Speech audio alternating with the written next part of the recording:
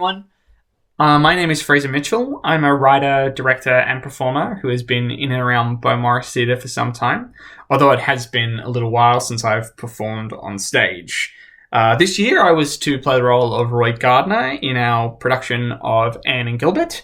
However, due to the state of the world, unfortunately, that has been delayed. I'm still really looking forward to get back to the Beaumaris stage and to performing in general, because I'm probably a little rusty. Although I was really grateful for Beaumaris Theatre and to Christina for asking me to contribute to Monologue May. I think in this time it's really important for creatives to have an outlet and to be able to come together, because I think we're a really social bunch, and legally banning us from seeing each other, I think, is a bit rough.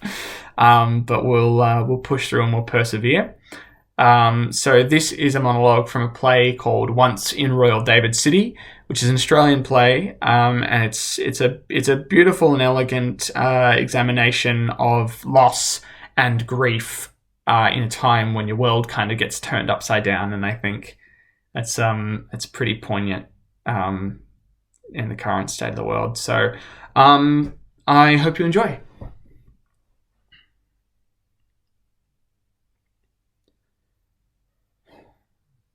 This teacher wants me to talk to some private school kids about Bertolt Brecht. Remember him? When I was studying German theatre? During my German phase. That was after my French phase, but before my Polish phase.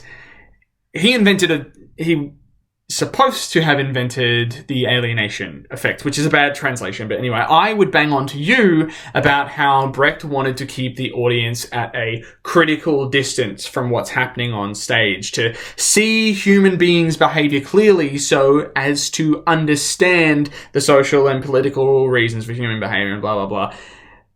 And you said that's what old Julius Sumner Miller used to say on the TV. Why is it so?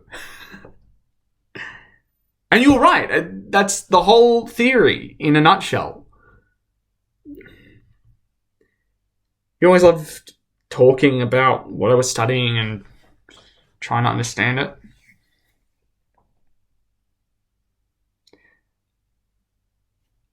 I met you for lunch once in town.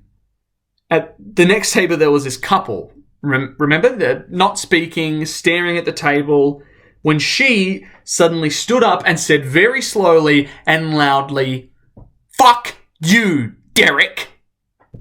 And she grabbed a bag and went crashing out, and he didn't know what to do. He just sat there, everyone else trying to ignore what had just happened. And you leant across the table and said, "Now that's the alienation effect."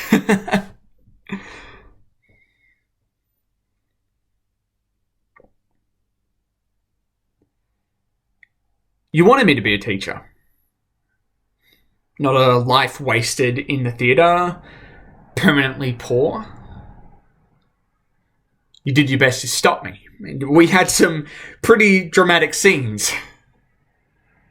I'd have been a hopeless teacher, but I keep thinking about what I could tell these kids. Last year's lot studied the theatre of the absurd, apparently. But did they really understand what bad faith means? Did they take responsibility for their actions in a meaningless universe? Did they experience the failure of language? Or is making something teachable the best way to neutralize it? Make everything a teachable subject. Political theatre, absurdist theatre, theatre of cruelty, politics, poetry, music, love. Break it all down into neat packages of themes, key dates, major names, the best known works, so there's no chance of it actually affecting anyone.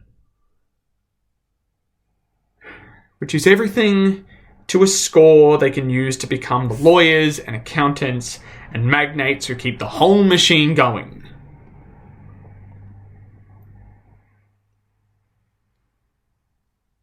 I know I'd have been a useless teacher, but there's this headmaster with some very interesting political views, and I feel like I want to rescue these kids.